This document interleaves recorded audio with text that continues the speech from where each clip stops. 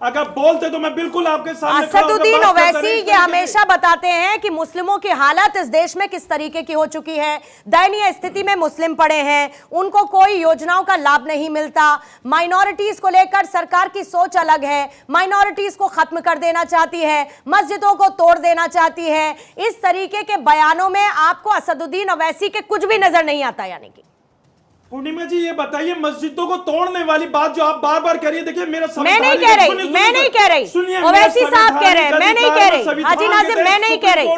आपने तो उस दिन कहा था, आपने तो उस दिन डिबेट में कहा कि मैं तो राम मंदिर निर्माण हो रहा है सुप्रीम कोर्ट के ऑर्डर से, उसका स्वागत करता हूं, मैं भी खुश हूं, ये कहा था आपने या नहीं कहा था? बताइए, मैं गलत कह रही हूं तो? आपने कहा कि सुप्रीम कोर्ट के आदेश पर हो रहा है, और ये स्टेटमेंट्स मेरे नहीं है हाजी नाजिम, ये स्टेटमेंट सर मेरे नहीं है, ये स्टेटमेंट सुनिए, ये स्टेटमेंट उस नेता के हैं जो मुस्लिमों का रहनुमा बनता है, जो ये बताता है कि वो मुस्लिमों की लड़ाई लड़ रहा है, जो ये बताता है कि वो मुस्लिमों की आवाज है, और उसका नाम है असदुद्दीन ओवैसी, जो इस तरीके के स्टेटमेंट्स देता है। भुवन भास्कर साहब आपके पास आते हुए, मर्यादा पुरुषोत्तम श्री राम पर राजनीति क्यों और कब तक, और क्या राम राज्य की स्थापना या राम राज्य की वापसी की कल्पना इस राजनीतिक परिदृश्य में करना नामुमकिन नजर आता है आपको?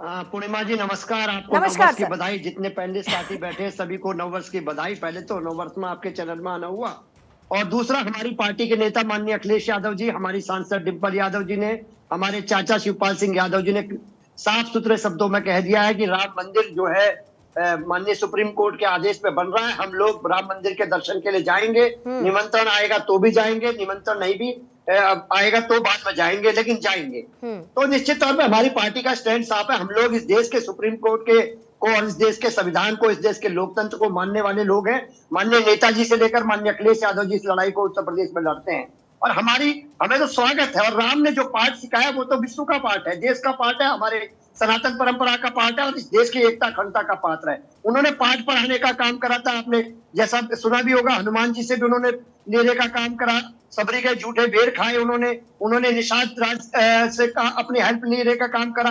वो चाहे तो अकेले लंका पे चढ़ाई कर सकते थे और जीत सकते थे, लेकिन उन्होंने जो पाठ पढ़ाया कि सभी धर्म, सभी जाति, सभी वर्ग के लोगों को साथ ले। असली समाजवादी कोई थे तो भगवान राम थे, हम तो उनका अनुसरण करते हैं। कितनी अच्छी बात कही आपने भुवन जी, मुझे बहुत अच्छा लगा आपकी बात सुन के। लेकिन मैं ये सोच रही हूँ कि अभी आप एकजुटता की बात कर रहे थे, अभी आप आदर्शों की बात कर रहे थे, अभी आप मर्यादा की बात कर रहे थे, लेकिन आपका अलायंस इतना बिखरा हुआ नजर क्यों आता है? अगर वाकई में आपका अलायंस उस एकता, उन आदर्शों की बात करता है जिसमें कोई पद की लड़ाई नहीं है, जो आदेश आते हैं या जो निष्कर्ष निकलता है उसका पालन होता है। भास्कर जोशी जी, यही सवाल मैं आपसे पूछ रही थी। सनातन पर चोट करते हुए, तमाम राम राज्य की स्थितियों को किनारे रखते हुए, इंडिया का लक्ष्य है, इंडिया अलायंस का लक्ष्य क्या सिर्फ वोट बैंक की राजनीति करना है? क्योंकि आपका अलायंस बिखरा बिखरा सा नजर आता है। पूर्णिमा जी आवाज आ रही है आपको मेरी? जी बिल्कुल सर, आ रही है। हेलो हेलो, आप तक मेरी आवाज पहुंच पा रही है भुवन भास्कर जी? हेलो, ठीक है सर, मैं एक बार फिर से आपको कनेक्ट करूंगी। और सिद्धार्थ जी आपके पास आते हुए ये बताइए कि रोम रोम में बसने वाले प्रभु श्री राम के आदर्शों पर सवाल क्यों? और मैं खास तौर पर पॉलिटिकल सेंट्रिक आपसे ये बात करना चाहूंगी, क्योंकि मैं ये समझना चाहती हूं कि अगर इतनी ही राम राज्य की बात करता हुआ विपक्ष भी नजर आता है तो वो कम से कम उनकी पार्टी, उनके गठबंधन में नदारद सा क्यों लगता है? सर आप म्यूट हैं शायद सर। सिद्धार्थ सर। जी पूर्णिमा जी, मेरी आवाज आ रही है? जी बिल्कुल आ रही है सर।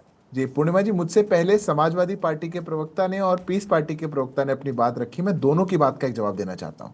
जब आपने पीस पार्टी के प्रवक्ता से पूछा था कि ओवैसी जब ऐसा बोलते हैं तो वो उसको हाँ भरेंगे या ना भरेंगे, तो बड़ी बड़ी बातें कर रहे थे, देश का मुसलमान तो सब सोचता है, ये बहुत अच्छी बातें कर रहे थे। पर ओवैसी ने क्या कहा भी हाल ही में, मैं वो पढ़ के सुना देता हूं आपको। ओवैसी ने कहा, जहां पर हमने 500 साल बैठकर कुरान करीम का जिक्र किया हो, आज वो जगह हमारे हाथ में नहीं है। नौजवानों, क्यों तुमको नहीं दिख रहा है कि 3-4 और मस्जिदों को लेकर के साजिश की जा रही है? इसमें दिल्ली की सुनहरी मस्जिद भी शामिल है। ये जो ताकतें हैं तुम्हारे दिल में इतिहाद को निकालना चाहती हैं। उन्होंने कहा कि आज मैं नौजवान को, कल का बूढ़ा होगा, वो अपने दिमाग को आगे रखकर जोर डालकर सोचेगा कि किस तरीके से मुझे अपने आप को, अपने खानदान को, अपने शहर को, अपने मोहल्ले को बचाना है। ये भड़काऊ भाषण नहीं है। ये कोर्ट के बाद आने वाले निर्णय पर देश का एक नेता ऐसे आकर के बोल रहा है अभी 3 दिन पहले, और पीस पार्टी के प्रवक्ता कह रहे हैं कुछ गलत नहीं बोला और बड़ी बड़ी बातें कर रहे हैं। देश का मुसलमान तो ऐसा सोचता है, बहुत अच्छा सोचता है। हम तो हमेशा से कहते आए कि राम ही सबका वंशज है। राम हमारे देश के आराध्य हैं, हमारी संस्कृति के आराध्य हैं और वही सबके वंशज हैं। पर यह बात ना आपको समझ आती है, ना समाजवादी पार्टी को समझ आती है। बहुत बड़ी बात करें, उनने कहा कि निमंत्रण आएगा, हम जरूर जाएंगे। क्यों आए आपको निमंत्रण? अरे आप तो गोली चलवाने वाले थे। आप तो खड़े होकर के कहा करते थे 4 बार गोलियां और चलवानी पड़ी तो चलवाऊंगा, मैं तो सबको मारूंगा। आपकी पार्टी के नेता ने कहा था, नहीं कहा था? जिन लोगों ने एडी जोटी का दम लगा दिया हो कि राम लल्ला टेंट में ही रहे, और मैं मानता हूं कि अब राम वास्तव में हमें इन तस्वीरों से जोड़कर अगर हम देखेंगे तो यही है आज का भारत। आज देश में लोगों को घर भी मिल रहा है, देश में खुशहाली आ रही है, टूरिज्म बढ़ रहा है। देश का प्रधानमंत्री कह रहा है कि जो लोग और जगहों पे प्रेरित हैं वो वहां ना जाएं, भारत में आए।